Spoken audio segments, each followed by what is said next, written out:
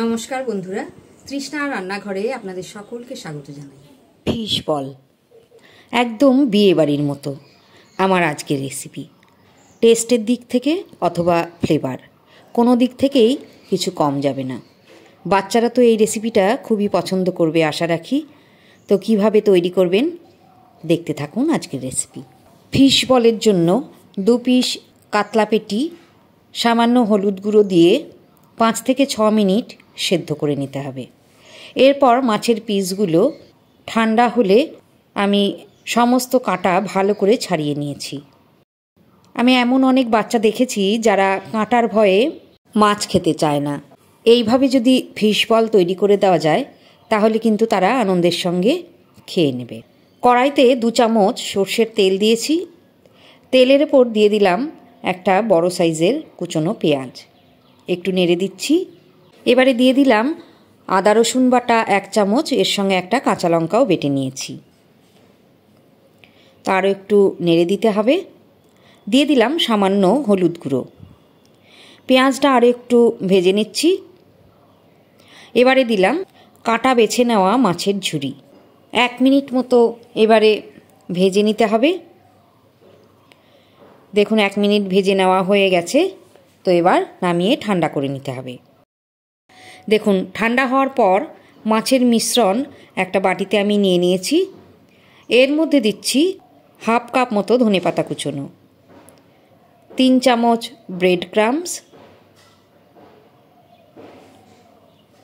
1 চামচ চাট মশলা, 1/4 চামচ গরম মশলা গুঁড়ো, 1 টেবিল চামচ দিচ্ছি ভাজা ধনে জিরে গুঁড়ো। এই ভাজা মশলাটা দেওয়ার চেষ্টা করবেন।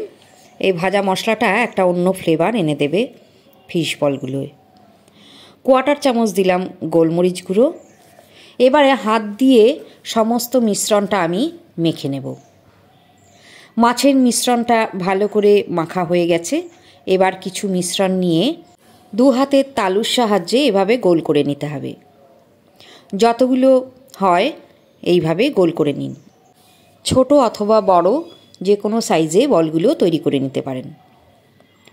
এবারে এই বাটিটায় আমি নিচ্ছি 1 চামচ ময়দা আর 1 চামচ দিলাম কর্নফ্লাওয়ার। এর মধ্যে হাফ চামচ দিলাম লাল লঙ্কা গুঁড়ো।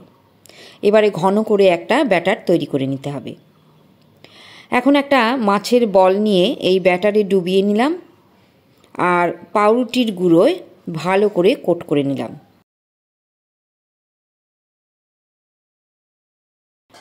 এক্সট্রা পাউরুটির গুঁড়োগুলো ঝেড়ে ফেলতে হবে। দেখুন একবার সব বলগুলো আমি কোট করে নিয়েছি। এই প্রসেসটাই আরও একবার করে নিতে হবে। একটা বল নিয়ে আবারও আমি ব্যাটারে ডুবিয়ে নিয়ে পাউরুটির গুঁড়ো মাখিয়ে নিচ্ছি। এইভাবে ডাবল কোটিং করলে আরও বেশি মুচমুচে হবে মাছের বলগুলো। একটা কড়াইতে আমি সাদা তেল গরম করে নিয়েছি। তেলটা গরম হলে আঁচ মিডিয়াম করে দিতে হবে। তারপর 4টে মাছের বল আমি দিয়ে দিলাম। পাশ থেকে ঝাঁঝরির সাহায্যে তেল বলগুলোর ওপরে দিতে থাকুন। 30 সেকেন্ড পর উল্টে দিলাম।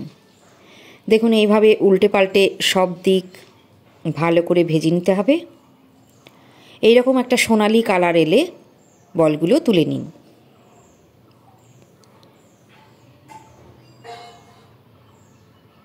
বাকি বলগুলো আমি ভেজে নেওয়ার জন্য তেলে দিয়ে দিয়েছি।